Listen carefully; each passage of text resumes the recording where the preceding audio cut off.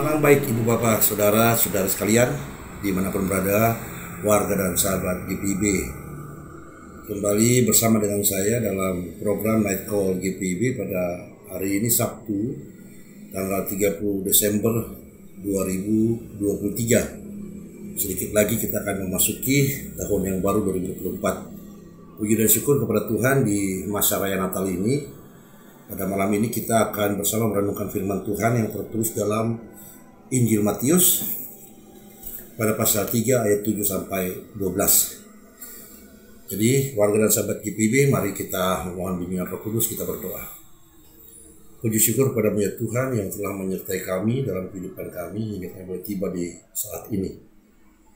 Tidak hanya menyertai kami, bahkan Engkau berkenan ya Tuhan untuk berikan petunjuk bagi kami akan firman-Mu yang menjadi pedoman dalam kehidupan kami dan akan merenungkan di sepanjang hidup kami.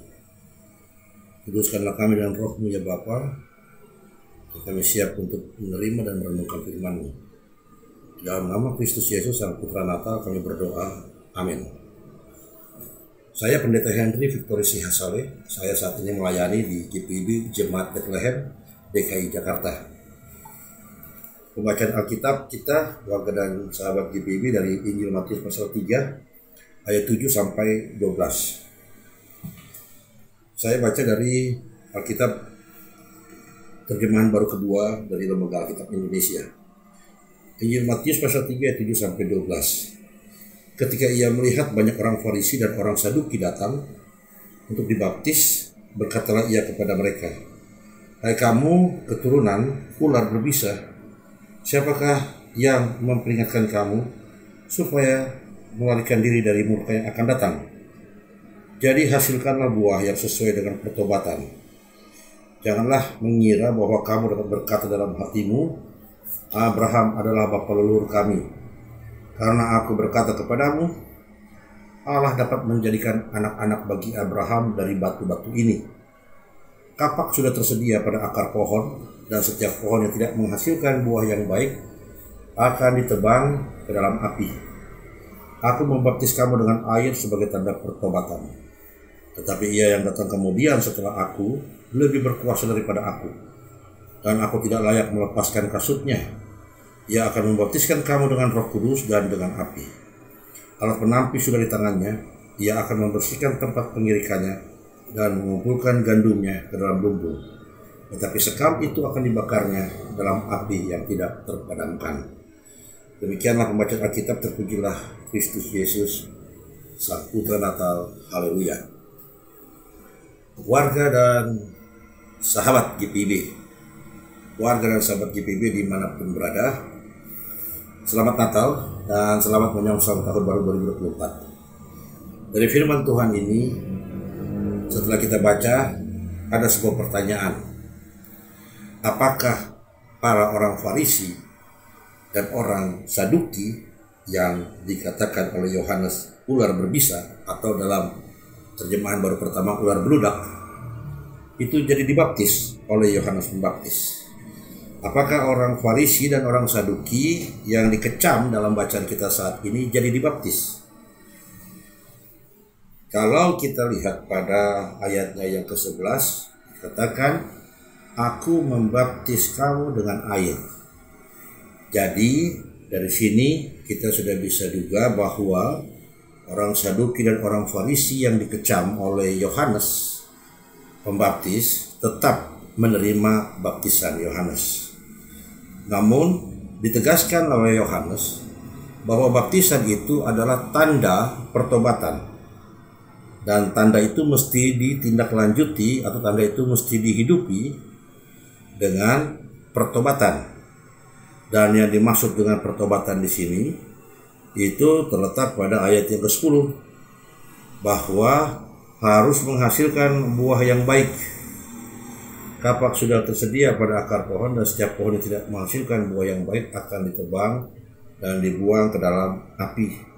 Jadi yang dimaksud dengan pertobatan di sini adalah berbuah. Dan berbuah itu kalau kita lihat lebih jauh dari Injil Matius pada pasal yang ke-7, gitu ya, dikatakan bahwa yang dimaksud dengan berbuah itu adalah mengikuti kehendak Allah.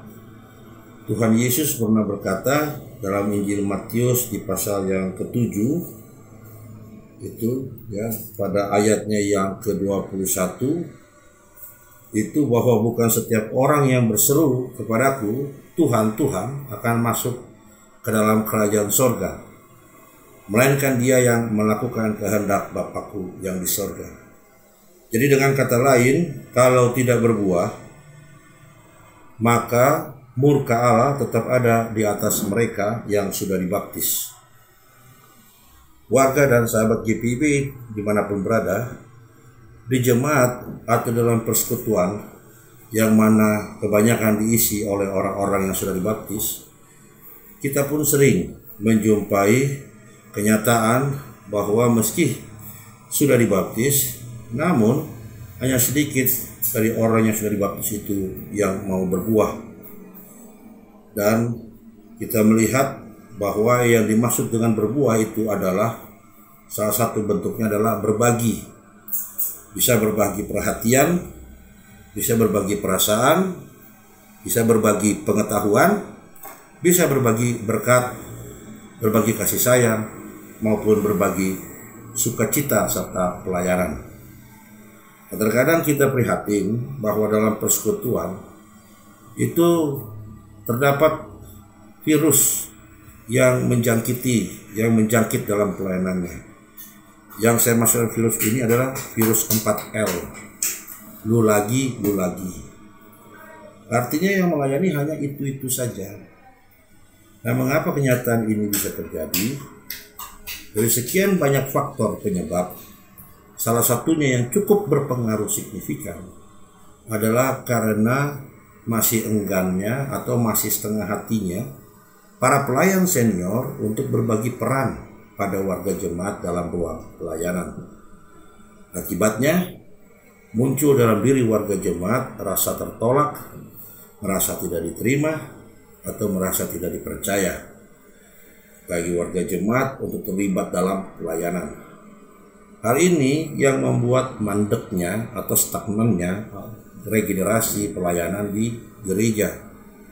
Dan itu pun sekaligus membuat masa depan gereja jadi suram karena tidak ada yang mau melanjutkan.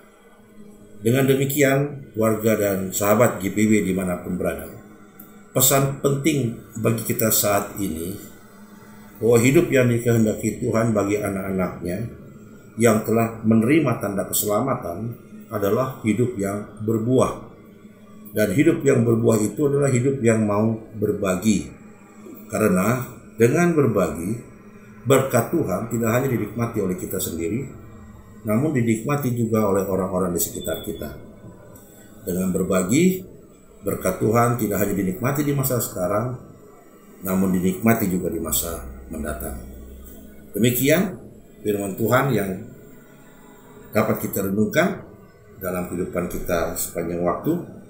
Kiranya kita tidak hanya menerima tanda sebagai orang yang telah dipastikan selamat, tapi tanda itu menolong kita, memacu kita dengan pertolongan Roh Kudus untuk tumbuh dan berbuah.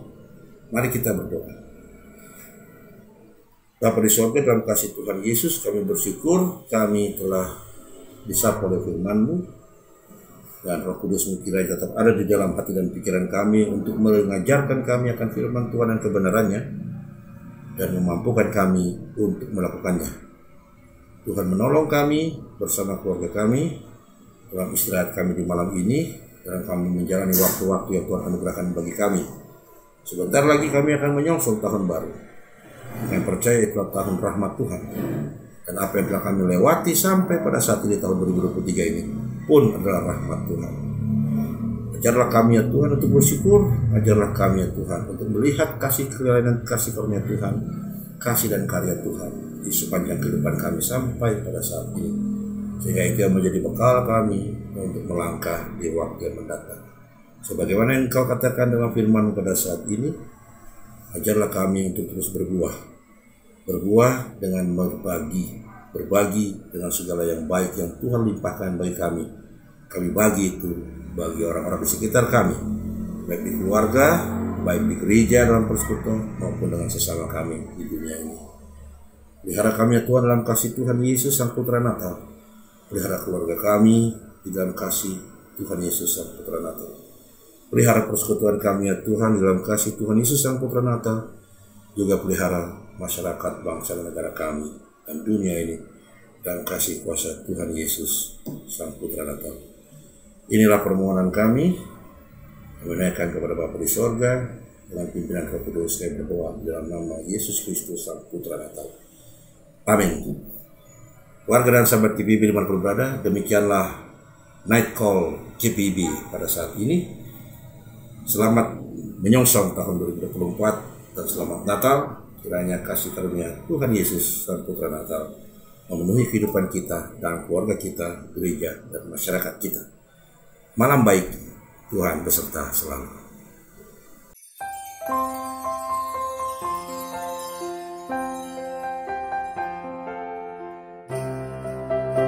Bapak, Ibu, saudara, dan anak-anak, bentangan waktu telah terukur dan pengalaman iman terus diungkapkan. Semarak 75 tahun GPIB adalah bukti perjalanan yang membutuhkan energi positif dan diutus dengan semangat teguh, utuh, dan tangguh. Bentangan jala terhampar di wilayah tertinggal, terdepan dan terluar, menjadi ruang besar umat menyatakan kiprah spiritualitas yang begitu kuat. Sekalipun digempur dengan ajakan identitas, modernisasi dan kecanggihan teknologi. Ada 345 jemaat dan 280 pospekes. Itu perlu dihidupi dengan ketulusan yang terpelihara dalam tri panggilan gereja, yaitu persekutuan, pelayanan, dan kesaksian. Kita bersyukur bahwa harapan, cinta, kasih, dan damai menjadi energi baru saat Advent berlalu. Kedatangannya menjadi pokok percakapan yang ramai sebab mengubah tradisi yang telah berabad-abad. Sebuah pertanyaan muncul, apakah ornamen ini membuat kita menganggap kalender gerejawi belum menjawab pesta kelahiran Sang Juru Selamat? Bersama kita telah merasakan perubahan sosial yang mengglobal dan mendesak untuk terus bertransformasi atas peristiwa sosial yang ada di sekitar kita. Tuhan Yesus mengingatkan kepada kita semua bahwa selalu ada orang-orang miskin di sekitar kita. Miskin bukan semata-mata karena harta benda, tetapi ada yang menghadirkan kemiskinan, seperti peperangan, ketidakadilan sosial, kerakusan, keserakahan, dan juga di samping itu ada banyak orang yang termarginalisasikan, perundungan, trafficking, dan juga pengerusakan lingkungan. Kita dibuat kaget bahwa ada orang yang punya kemampuan dan pengetahuan handal justru masuk dalam ranah hukum, yang membuat kita berpikir lagi, mana role model yang perlu dijadikan contoh atau ditiru. Merayakan kelahiran Tuhan Yesus mengangkat tema dari Lukas 2 ayat 16-20, yaitu bersama memuliakan Allah dan sedia menyatakan kasih dan damai sejahteranya, bersama menerima menyatakan kemuliaan Allah serta memberi kesaksian pribadi dan membawa damai sejahteranya kepada banyak orang untuk kebersamaan yang saling menghargai dan menopang antar generasi. Pemilu menjadi media integrasi bangsa. Pemilu menjadi instrumen yang membangun dan memperkuat demokrasi dan menjadi penyanggah tiang-tiang NKRI. Hindarilah politik uang dan sara yang terlihat sulit diberantas karena perilaku kotor. Sebagai warga gereja, mari kita bersama mencegah dan menolak perilaku tidak baik ini dengan mengedepankan nilai etik moral yang mana bangsa Indonesia sudah terlatih melalui Undang-Undang Dasar 1945 dan Pancasila. Merayakan Natal Kristus merupakan sukacita besar untuk mendorong umat melakukan kebenaran secara tepat dan damai di tahun politik ini. Warga GPIB, mari kita doakan pelaksanaan persidangan sinode tahunan di kota Samarinda dengan tema melayani dan bersaksi secara intergenerasional berbasis komunitas digital demi kesejahteraan bangsa dan keutuhan ciptaan.